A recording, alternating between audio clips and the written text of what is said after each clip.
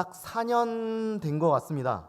제가 2018년 12월 31일에 보광중앙교회에 처음으로 인사드리던 그날이 지금 생각이 납니다. 제가 청년부 담당 교육자로서 맨 처음 마주한 일정은 바로 우리 희망의 예배 때 드려지는 특송이었습니다. 우리 교회는 전통적으로 우리 청년부가 특송을 한다고 하더라고요. 그래서 오자마자 정신이 없는데 갑자기 이제 특송을 해야 된다고 해서 그냥 얼떨결에 같이 특송 연습을 같이 하고 그 자리에 함께 했었던 그 기억이 지금도 납니다. 그 가운데 그 청년부실에 옹기종기 둘러앉아서 우리 청년들이 기쁨으로 하나님을 찬양할 그 준비를 했던 모습 잊혀지지가 않습니다. 이렇게 생각해 보면은 우리 교회 공동체하고 찬송, 찬양은 뗄래야 뗄 수 없는 그런 관계가 있는 것 같습니다. 사실 다른 어떤 친목 동아리나 어떤 사회 조직에서는 이렇게 시작하지 않죠. 항상 우리 교회 공동체는 무엇으로 시작합니까? 기도와 함께 찬송으로 모임을 시작합니다. 그런데 왜 우리가 이 찬송으로, 찬양으로 우리의 예배를 시작하고 모임을 시작하는 것일까요? 단순히 시간을 때우려고 그렇게 하는 것일까요? 대체 왜 우리는 찬양을 드리고 왜 찬송을 해야 되는 것일까요? 마침 오늘은 우리가 우리 교육부서가 유아부부터 유치부, 유년부, 초등부, 청소년부 또 플러스 청년부에 이르기까지 우리가 한 마음으로 하나님께 찬양을 올려드리고자 이 자리에 모였습니다. 이번 기회에 우리가 왜 하나님께 찬양을 드려야 되는지, 찬송을 드려야 되는지 말씀을 통해서 함께 생각해 보기를 간절히 바랍니다. 자, 오늘 말씀은 우리가 익히 잘 아는 그 예수님의 육신의 어머니인 마리아가 하나님께 찬양을 올려드린 그 말씀의 내용입니다. 이 마리아는 이 찬양에서 비천한 자신이 하나님께 놀라운 복을 받았다고 고백하면서 찬양을 올려드리게 됩니다. 자, 여기에서 우리는 마리아가 받은 복이 무엇인지를 한번 생각해 보면 좋겠습니다. 자, 우리가 복하면 무엇을 떠올리죠? 내 재산이 늘어나는 것, 내가 시험을 쳐서 좋은 성적을 얻는 것, 뭐 이런 종류의 복, 눈에 보이는 무언가가 늘어나는 것을 복이라고 생각합니다. 그런데 마리아가 지금 경험한 일은 사실 복이라고 해야 될지 무엇이라고 해야 될지 아리까리한 일이었습니다. 사실 마리아에게 일어난 일, 이 마리아는 지금 사실 결혼을 진행 중인 그런 상황이었습니다. 정혼을 하고 이제 결혼 잔치를 준비하고 있던 중에 있던 여인이었습니다. 그런 여인에게 갑자기 한 청천벽력 같은 소식이 들려집니다. 바로 아기를 가지게 될 것이라는 소식이 전해진 것입니다. 아이를 가진다는 것, 이 자리에 많은 어머님들께서 계셔서 잘 아시겠지만 아이를 가지고 출산한다는 것 자체가 그것 자체만으로도 사실 엄청난 일입니다. 그런데 사실 지금 마리아의 상황은 어떻습니까? 요셉과 정식으로 결혼을 마치고 이제 한 지붕 안에서 같이 한 이불 덮고 자는 사이가 되기 전이었습니다. 그런 상황에서 아기를 가진다는 것은 아무것도 모르는 사람들에게는 오해를 받을 수 있는 혼전 임신으로 오해를 받을 수 있는 그런 상황이었습니다. 이것은 너무나도 엄청난 일뿐만 아니라 당시 철저한 율법 사회였던 이스라엘 상황에서는 아주 무서운 일이기도 했습니다. 잘못하면 도로에 맞아 죽을 수도 있는 그런 상황이었습니다. 이렇게 우리에게 나타나는 일은, 마리아를 포함해서 우리에게 나타나는 하나님의 역사는 때때로 당황스러운 측면이 참 많습니다. 좀 심하게 말하자면 하나님은 우리를 손해보게 만드는 길로, 아니 조금 더 심하게 말하면 하나님은 우리를 망하게 만드는 길로 인도하시는 것처럼 느껴질 때가 참 많이 있습니다. 여기 인생의 연륜이 높으신 성도님들이 계셔서 참 부끄럽습니다만 저의 보잘것없는, 어찌 보면 신앙 체험들 가운데서 참 보잘것없는 한 가지 체험을 나누고자 합니다. 저는 학부서부터 이제 신학교를 다녔던 학생이었습니다. 그러나 너무 어려서 신학교를 가서 그런지 저에게는 목회의 길, 목회자의 길에 대한 그런 확신이 없었습니다. 그래서 대학교를 마치고 다른 친구들은 다 바로 신대원으로 진학할 때 가지 않고 일반 청년으로 신앙생활을 하게 되었습니다. 더 이상 나는 신학생, 목회의 길로 부르심을 받지 않았다는 생각에, 아니 나의 신앙 자체가 뭔가 문제가 있지 않나라는 그런 생각 때문에 처음부터 기초부터 다시 밟아 나가려고 시작을 했습니다. 그래서 교회에서 일반 청년으로 생활하면서 청년부 생활을 하면서 나의 신앙을 점검하려고 했었습니다. 그래서 제자 훈련도 받고 성경 공부도 하고 찾아다니면서 열심히 나의 신앙의 믿음의 기초를 되짚어 보려고 그렇게 애를 썼습니다. 그런데 꼭 이럴 때 좀 성경 공부 열심히 하고 제자 훈련 받으면 꼭 그렇더라고요. 여러분들도 많이 경험하셔서 아시겠지만 꼭 이렇게 훈련 받을 때 은혜를 받게 됩니다. 그래서 한창 훈련을 받으면서 주님, 제가 너무 경솔했나 봅니다. 저 다시 신학교 가겠습니다. 이렇게 기도하고 이제 하나님께 순종하겠다는 마음으로 충만해져서 사람들한테 선언했습니다. 나 이제 다시 신학교로 돌아갈 거야. 나 신학대학원으로 다시 갈 거야. 라고 그렇게 선언하고 열심히 하던 일도 그만두고 신대원 입시 준비를 하기 시작했습니다. 그런데 그때부터 문제였습니다. 그때까지는 보이지 않던 게 비로소 보이더라고요. 신대원에 가겠다고 사람들에게 선포하고 나서 얼마 안 됐을 때였습니다. 교회 동생이 친한 친구가 있었는데 그 친구가 응원하는 마음으로 형 같이 밥 먹어요 라고 해서 밥을 같이 먹게 되었습니다. 이 친구가 워낙 바쁜 친구였기 때문에 이제 평일에 점심시간에 짬을 내서 밥을 먹자고 해서 제가 그 친구가 일하고 있는 회사 근처로 가게 되었습니다. 서울의 한복판, 이름만 들으면 누구나 다 아는 그 대기업들이 즐비한 그 거리 가운데 저는 그 친구를 기다리고 있었습니다. 그곳에는 그 대기업의 회사원들이 사원증을 맨 채 분주히 오가고 있었지요. 그리고 시간이 되어 그 친구가 약속 장소에 나타났습니다. 그 친구의 목에도 길가에 오가는 사람들이 메고 있는 것 같은 그런 사원증이 목에 걸려 있었습니다. 물론 직장에 다니시는 그 회사원들은 이렇게 말하죠. 이거는 그냥 나를 올가매는 마치 족쇄 같다고 그렇게 말을 하면서 힘들어하지만 그때 당시에 입시생의 신분이었던 저에게 있어서 그 사원증은 빛나는 무언가 같았습니다. 그 사원증이 어찌나 빛나 보이는지 몰랐습니다. 입시생이었던 저에게 제 친구와 그리고 그 거기에 지나는 무수한 사람들은, 그 무수한 회사원들은 너무나도 크게 거대한 거인처럼 보여졌습니다. 그날 저는 밥을 물론 맛있게 먹었습니다. 밥을 사주겠다는데 거절할 일은 없지 않겠습니까? 맛있게 먹긴 먹었습니다. 그러나 되돌아서서 집에 가는 그 길이 왠지 한켠이 쓸쓸해졌습니다. 무언가 마음에 구멍이 확 뚫린 것 같았습니다. 남들은 저렇게 뭔가 세상에서 드러내 보이는 그런 모습이 있는데 나는 지금 뭐하고 있나, 그런 생각이 들었습니다.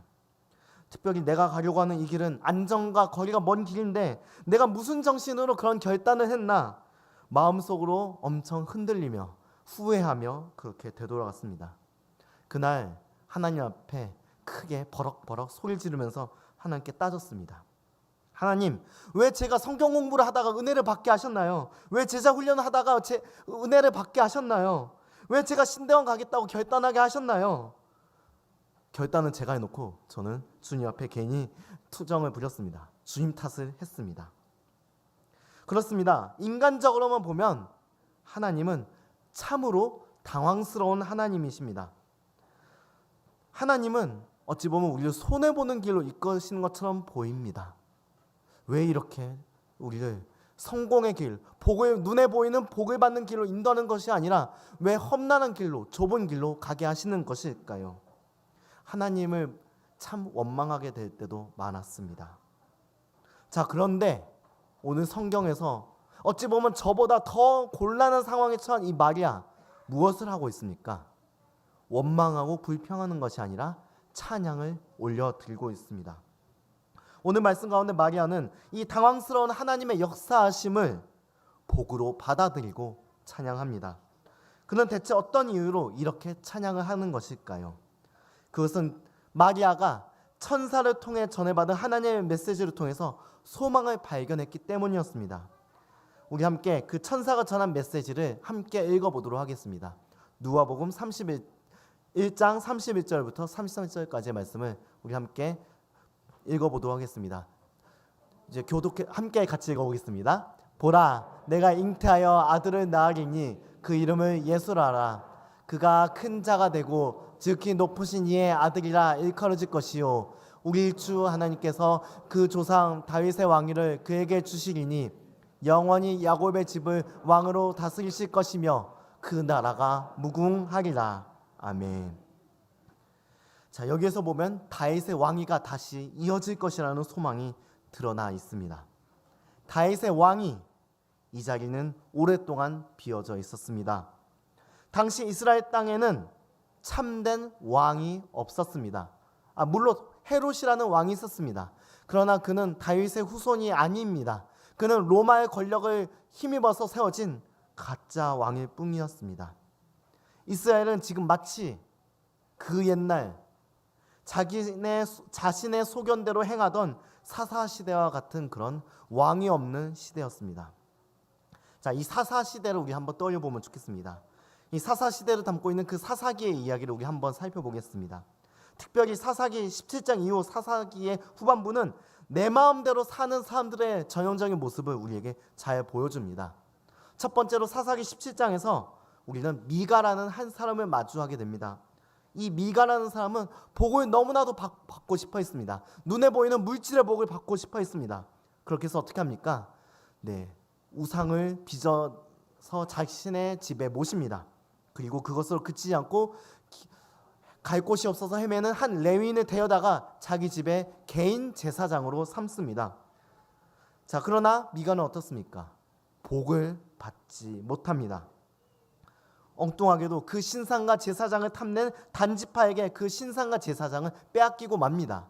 이렇게 헛된 우상을 만든 이 미가의 모습도 한심하지만 그 신상과 제사장을 탐낸 단지파의 모습도 참 한심합니다.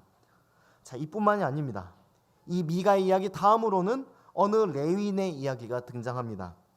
그는 본부인 외에 한 여인을 첩으로 취합니다. 그러다가 그를 잃어버리게 됩니다. 그가 그 첩과 함께 여행을 가던 도중 베냐민 사람들이 그 첩에 대해서 안 좋은 마음을 먹게 되었고 결국 그녀를 죽게 만들어 버렸습니다. 이를 보고 격분한 레위인 어떻게 합니까? 다른 지파 사람들에게 복수를 요청합니다. 이스라엘 나머지 지파는 베냐민 지파를 모두 싸그리 없애버리겠다는 그런 마음을 가지고 남자들을 다 죽여버립니다. 피가 피를 부른 것입니다. 이들은 각자 자신의 소견에 옳은 대로 행했습니다. 그러나 모든 것은 파국으로 이어집니다. 욕심과 욕심이 부딪히고 생각과 생각이 부딪히는 가운데 내가 생각하는 정의와 다른 사람이 생각하는 정의가 부딪힙니다. 그러나 그 가운데 남는 것은 상처와 죽음, 슬픔뿐이었습니다. 이 사사시대나 예수님이 오시기 직전이나 이스라엘에 참된 왕이 없는 가운데 벌어지는 광경은 이러한 분열과 싸움에 그리고 그 가운데 파생되는 상처와 슬픔의 연속이었습니다. 그러니까 야곱의 집, 하나님께서 세우신 이 언약 공동체 이스라엘은 지금 무너져 있는 상태였습니다. 죄악을 남는 탐욕이 이스라엘 땅을 삼키고 있었고 이스라엘 땅에는 어떤 소망도 없는 상황이었습니다.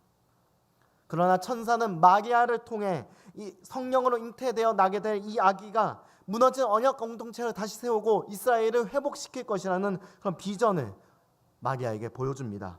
그가 참된 왕으로 등극하셔서 언약 백성을 구원하시고 장차 만민을 구원하실 것이라는 비전을 이 마리아에게 보여준 것입니다. 한마디로 천사는 마리아에게 참된 평화가 찾아오는 하나님 나라의 놀라운 소망을 보여준 것입니다. 그리고 하나님께서 이것을 위해 일하신다는 증거 또한 똑똑히 보여주셨습니다. 그 증거가 무엇이었습니까? 바로 마리아의 친척, 나이가 많아서 아이를 임신할 수 없어서 포기하고 있었던 그 엘리사벳에게 아이가 생긴 것 또한 보여주었습니다. 하나님께서 일하신다는 그 증거를 이렇게 보여준 것이죠. 그래서 마리아는 기뻐할 수 없는 상황에서 도리어 기뻐할 수 있었습니다. 자기에게 일어나는 일은 결코 자신을 망하게 만드는 일이 아니라는 것을 마리아는 믿게 되었습니다. 오히려 자기를 통해서 구원의 역사를 일궈 나가시는 그 하나님의 놀라우신 섭리를 그는 경험하게 되었고 신뢰하게 되었습니다. 찬송은 이처럼 나의 상식과 감정을 뛰어넘어 하나님께서 우리 가운데 일하고 계시는 것에 대해서 감사드리는 것입니다. 현실을 보면 우리는 절대 찬송할 수 없습니다. 눈에 보이는 우리의 상황을 둘러싼 모든 것을 살펴보면 우리는 찬송할 수 없습니다. 기뻐할 수 없습니다. 그러나 우리 가운데서 하나님께서는 분명히 일하고 계십니다. 하나님은 참으로 살아 계셔서 일하고 계십니다. 화려한 빌딩 숲속에서 빛나는 사원증을 보며 좌절하던 입시생은 어느덧 하나님의 은혜 가운데 신대원에서 신학 공부를 마치고 이곳 보광중앙교회에서 많은 성도님들의 은혜 가운데 교회 공동체를 섬기게 되었습니다. 우리 청년들과 우리 장년 성도님들과 함께 저 멀리 몽골 땅에서 비전 트립도 함께 다녀왔고요.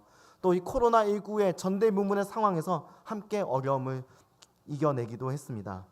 그 가운데 저는 공적으로는 목사로 세움을 받게 되었으며 또 개인적으로는 딱 1년 전 우리 아버지의 장례를 우리 담임 목사님과 성도님들의 기도 가운데 은혜로 마칠 수 있었습니다. 이 모든 순간 가운데 주님께서는 저에게 믿음의 훈련을 시키셨습니다. 눈에 보이는 현상에만 매이기 쉬운 저에게 눈에 보이지 않는 하나님 나라의 소망을 가지게 하시고 은혜로 사는 법을 익히게 하셨습니다. 이 보광중앙교회 터전 가운데 저는 이러한 은혜를 경험하게 되었습니다.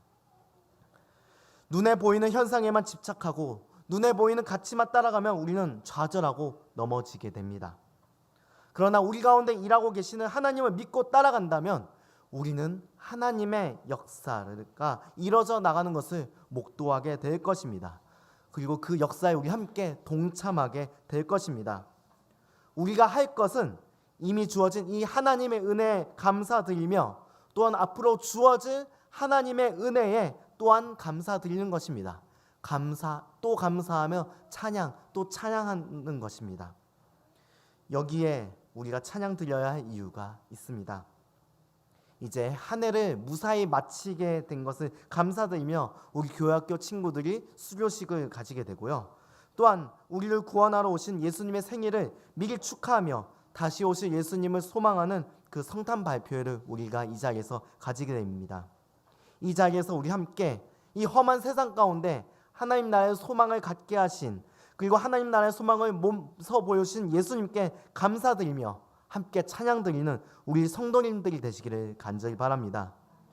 그리고 이 오늘의 찬양이 오늘만 하고 끝나는 찬양이 아니라 날마다 삶에서 드려지는 찬양이 되길 소망합니다.